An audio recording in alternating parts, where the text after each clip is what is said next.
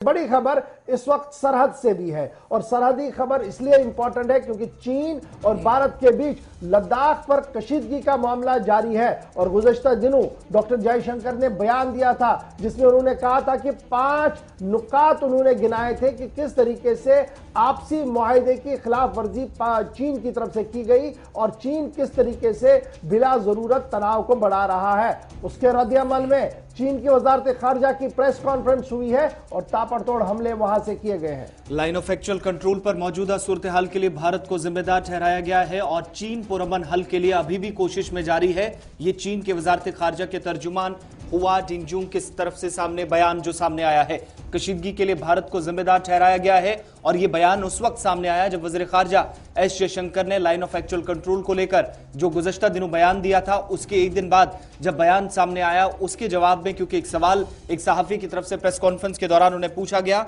तो इस बीच चीन के वजारत खारजा के तर्जुमान हुआ चुनयिंग की तरफ से यह कहा गया कि अब भी पुरअमन हल के लिए कोशिशें चीन के हुकाम की तरफ से जारी है और अगर ऐसा होता है तो एक खुशाइन बात होगी। लेकिन भारत की तरफ से कोई मुस्बत जवाब अब तक सामने नहीं आया है और पूरे जो अब तक के हालात 15 जून से लेकर अब तक बने हैं उसके लिए भारत को सीधे तौर पर जिम्मेदार ठहराया गया है चीन के तर्जुमान की तरफ से। लेकिन इस पर भारत का रद्द-ए-अमल भी सामने दोबारा आया है और चीन के बयानात को बेबुनियाद करार दिया जा रहा। मगर सब चीजें जो जून और जुलाई में शुरू हुई थी गलवान वादी से और अब तक जो फौजी तातुल बरकरार है उसके लिए आज कई माह के अरसे के दौरान भी जब करीब 10 बार फौजी सतह की बातचीत भी अब तक कोई मुस्बत उसमें नताइज सामने नहीं आए। इसके बाद चीन की तरफ से एक बार फिर पूरा जो हालात इस वक्त के हैं उसका इल्जाम भारत पर थोप दिया गया है।